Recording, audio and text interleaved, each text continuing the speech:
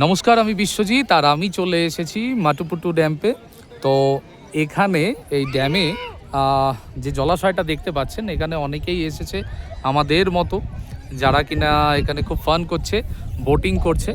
তো এখানে pedal boat, basically pedal boat পাওয়া যাচ্ছে, সিঙ্গেল বোটও রয়েছে। এখানে প্রকৃতির খুব কাছাকাছি আসা যায়, দেখতেই পাচ্ছে প্রচুর গাছপালা, একদম সুন্দর স্নিগ্ধ, একদম মুক্ত নীল আকাশ, আর তার সাথে ঠান্ডা ঠান্ডা বাতাস। তো আমরা মুন্নেরের ঠিক মাঝখানে রয়েছি। এই জায়গাটা যদি অ্যাকচুয়াল বলা হয় যে কোন জায়গা, তো বলবো এক কথায় মুন্নারে এসছি। তো আটুপুটু ড্যাম্পে রয়েছি। তো এই হচ্ছে টিকিট কাউন্টার, ওখান থেকে টিকিট কাটতে হয়। 4 সিটার বোট রয়েছে, 2 সিটার বোট রয়েছে, সিঙ্গেল সিটারও বোট রয়েছে।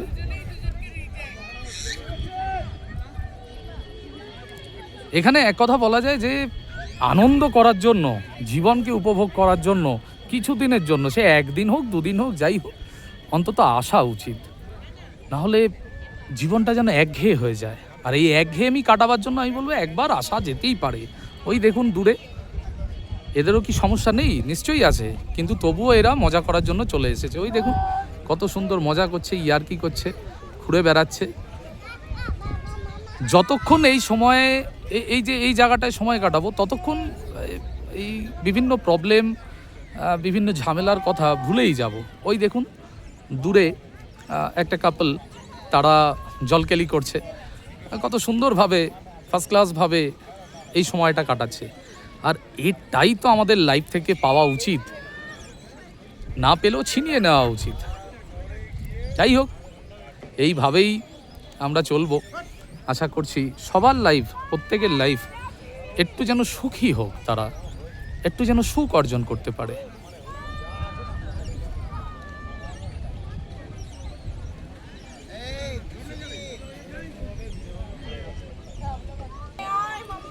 এই হচ্ছে আমাদের টিমের প্রত্যেকটা সদস্য এখানে আসেনি, কিছু সদস্য এসছেন।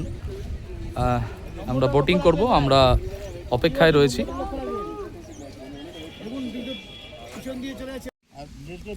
আমাদের খাওয়া দাওয়া চালু হয়ে গেছে। ভেটকি মাছ, ডাল, সবজি, এই যে সবাই বসে পড়েছি সুন্দর চাওয়া দেখে, প্রকৃতি মায়ের কোলে। হ্যাঁ, এই তো। না না, ওই ভেতরে ইসা রয়েছে, ডাস্টবিন রয়েছে, ওর মধ্যে ফেলে দিন, গাড়ির ভেতরে।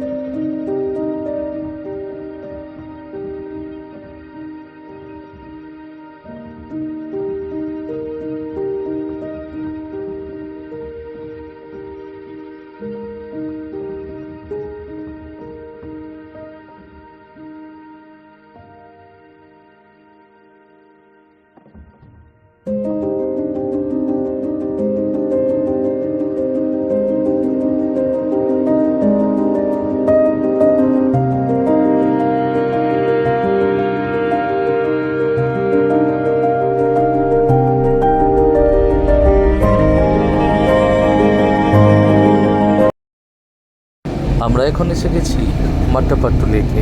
বোটিং করতে আমরা বোটিং করব, তাই আমরাও চড়ে বসলাম একটা প্যাডেল নৌকোতে। দেখতেই পাচ্ছেন প্যাডেল করতে করতে আমরা ঘুরে বেড়াচ্ছি।